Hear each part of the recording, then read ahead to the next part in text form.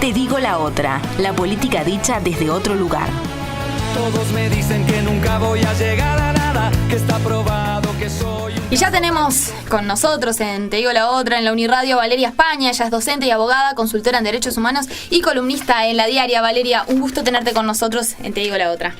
Hola, ¿qué tal? Muchas gracias por la invitación. Gracias a ti por estar con nosotros. Para empezar y para tener una idea, porque hay muchas personas y muchos oyentes que quizás no conozcan específicamente el caso, ¿te animás a contarnos brevemente de qué trató el caso de Manjar, de cómo salió un poco a la luz, en qué consistían las denuncias que fueron realizadas? Sí, claro, mira, en el año 2012, en el marco de jornadas de encuentro que realizaba el colectivo Cotidiano Mujer, se llevaron a cabo una serie de reuniones donde iban mujeres migrantes a informarse sobre sus derechos. Y a partir de ahí se empezó a documentar una situación que era recurrente y que después pudimos identificar que se trataba de la misma casa. Entonces en ese momento se documentó que había un patrón sistemático de tratamiento en condiciones terribles a ciudadanas bolivianas, y se fueron documentando casos de diferentes mujeres.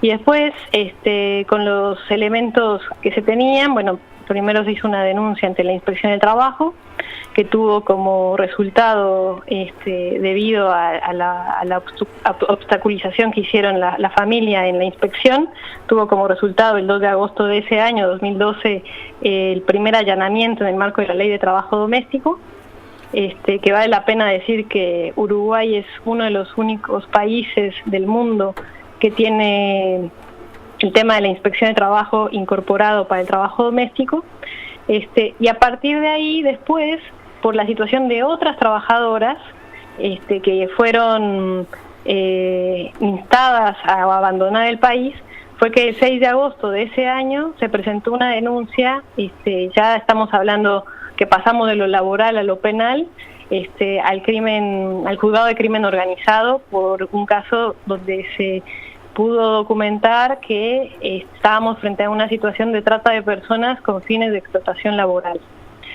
Y bueno, eso obviamente iba creciendo por la gravedad de los hechos, sobre todo porque también el hecho fue de conocimiento público, porque muchos medios de comunicación de alguna forma daban cuenta de la inspección que se había hecho y de la denuncia, pero siempre focalizando en las víctimas de la explotación y no en quiénes eran los perpetradores. Y bueno, y después ese caso tuvo otras dimensiones, ¿no? Otras dimensiones, ¿por qué? Porque bueno, hubo por parte de algunas trabajadoras, hubo denuncias laborales para el resarcimiento de los derechos vulnerados, y una resistencia por parte de la familia que llevó a que de las sanciones derivadas de la inspección del trabajo, la familia recurriera hasta llegar a la última instancia en lo administrativo, mediante una, capaz que es muy leguleyo, pero bueno, pidió una acción de nulidad para que no se le cobraran las sanciones por violar la normativa laboral. Paradójicamente, ¿no? Había una resistencia muy fuerte que se dio en esta batalla legal, y finalmente este caso que siguió un curso, que tuvo una vida durante estos últimos 4 años, volvió a salir a la luz porque finalmente el Tribunal Contencioso Administrativo definió que la administración tenía razón y que los Fernández Manas tenían que pagar la multa por la situación en la que se encontraban las trabajadoras que estaban en el domicilio en el momento de la denuncia, ¿no? Valeria, disculpa, pero si a lo largo del proceso lo que se detecta es un caso de trata de blancas, ¿eso no trasciende lo laboral, lo contencioso entre la familia y la administración? No sé, digo, sin saber nada de derecho, me suena que eso se trata de un delito penal. ¿No pasó a esa órbita el caso? Mira, sí, como te decía, en realidad estamos frente a situaciones. Es una situación bastante complicada, que obviamente cada una de las esferas de los ámbitos en el derecho corrió por diferentes caminos. O sea que el derecho laboral seguía su curso, en este caso el derecho administrativo seguía su curso. ¿Y eso es lo que se resolvió en lo administrativo? ¿Lo penal ya falló? No, en lo penal, ¿qué pasa? En realidad, la situación que bueno, y que eso lo quiero mencionar porque tiene que ver con un problema estructural, y es que de entrada el fiscal que en ese momento tomó el caso, que fue Gómez, capaz que lo recuerdan porque es un fiscal sí, que claro, ha sido muy mediático, el fiscal Gómez no consideraba que estábamos frente a una situación de trata. Y en realidad la normativa que habla, por ahora no hay una ley, que hay un proyecto de ley para específica sobre tema de trata de personas. Es un gran debe, sobre todo porque Uruguay es un país de origen, destino y tránsito. Hoy en día, si se ve algo parecido a ese delito, ¿bajo qué figura más o menos se enmarca en el derecho penal uruguayo? No, en realidad sí se marca en trata y tráfico, pero en el marco de la ley de trabajo de migraciones, Ajá, que es la ley 18.250. Y ahí hay 2 artículos que habla sobre los delitos asociados a la movilización, claro, ¿no? A la migración, que puede ser tanto interna como internacional. uh-huh. Pero en realidad, claramente el tema, la dimensión penal que se haya borrado, que no haya habido un resarcimiento en tanto víctimas de trata de personas con fines de explotación laboral, evidentemente visibiliza que el caso, en realidad faltó esa dimensión de resarcimiento, y que era la parte, si se quiere, no quiero denotar lo otro, pero que en realidad estamos frente a una situación en la que nos cuestionamos si lo laboral, en estos casos de explotación laboral, en un contexto de trata, no borra el delito que de alguna forma lo antecede, ¿no? ¿Y crees que estos casos son muy frecuentes en Uruguay? Bueno, mira, este caso fue paradigmático, porque en realidad en Uruguay se había avanzado bastante en temas a nivel de políticas públicas de combate a la trata de personas, pero con fines de explotación sexual. Ajá. Hay un servicio específico de trata que funciona en la órbita del MIDES, y trabajaba sobre estos temas, pero solamente, como decía, en el ámbito sexual. A partir de este caso, bueno, se visibilizó que era una situación que podía suceder, que por la naturaleza que tiene, por ejemplo, el trabajo doméstico son líneas muy delgadas, aparentemente. O sea, te podría decir que, bueno, que evidentemente en este caso, por ejemplo, en el imaginario, la trata está asociada a una red delictiva gigante y no a una familia de las características de los Fernández Mana. Podría pensarse.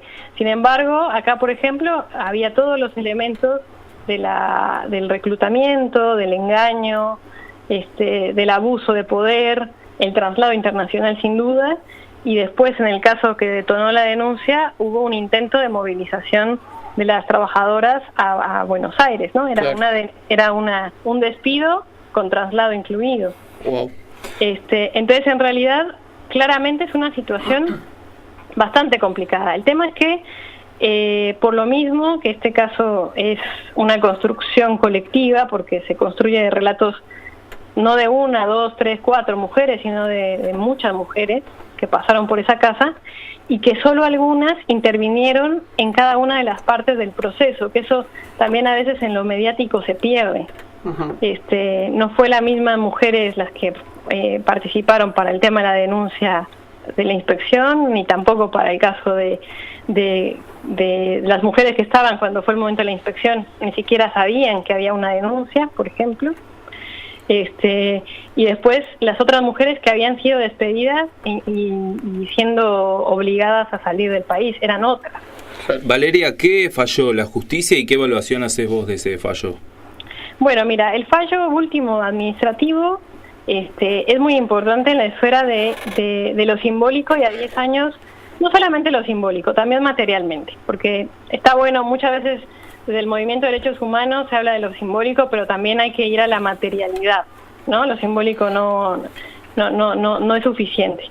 Pero este caso en realidad siente un precedente muy importante en el cual se consagra de alguna forma los derechos contenidos en la Ley de Trabajo Doméstico, que cumplió 10 años el domingo pasado.